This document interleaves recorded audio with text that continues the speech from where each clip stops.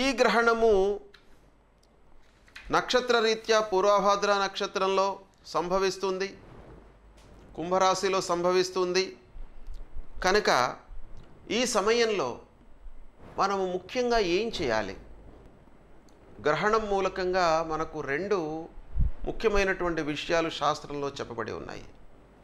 ఒకటి, మంత్ర జపాలకు అంటే గురువు చేత ఉపదేశించబడినటువంటి మంత్రాన్ని మనము ఉచ్చరిస్తూ ఉన్నట్టయితే, జపం చేస్తూ ఉన్నట్టయితే మనకు చాలా కలిసి వస్తుంది. అదేవిధంగా గ్రహణ సమయము, లగ్నము, రాశి వీళ్ళకి అధమంగా ఉంటుంది కాబట్టి వాళ్ళు దానాదులు చేసుకోవాలి అనేటువంటివి మనకు శాస్త్రంలో చెప్పబడి ఉంది.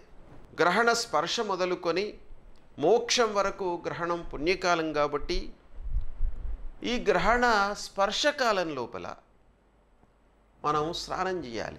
దీన్ని పట్టు స్నానము అని అంటారు. అంటే గ్రహణము ప్రారంభం లోపల స్నానం చేయాలి. గ్రహణం మధ్యకాలం లోపల జపాదులు చేసుకోవాలి. అంటే గ్రహణం మధ్యకాలము జపాదులకు అంటే గురువు చేత ఉపదేశించబడినటువంటి ఏదైనా మూలమంత్రము మీకు ఉన్నట్టయితే దాన్ని ఉచ్చరించడం మూలకంగా మీకు బాగా కలిసి వస్తుంది. మళ్ళీ గ్రహణ మోక్షకాలం లోపల కూడాను మనం స్నానం చేయాలి, దానం ఆచరించాలి. ఈ విధంగా గ్రహణము, పట్టు స్నానము, మధ్యన జపాదులు, తర్వాత మళ్ళీ విడుపు స్నానము, గ్రహణము విడుస్తున్నటువంటి సమయం లోపల కూడాను మనం స్నానాదులు, దానాదులు ఆచరించాలి.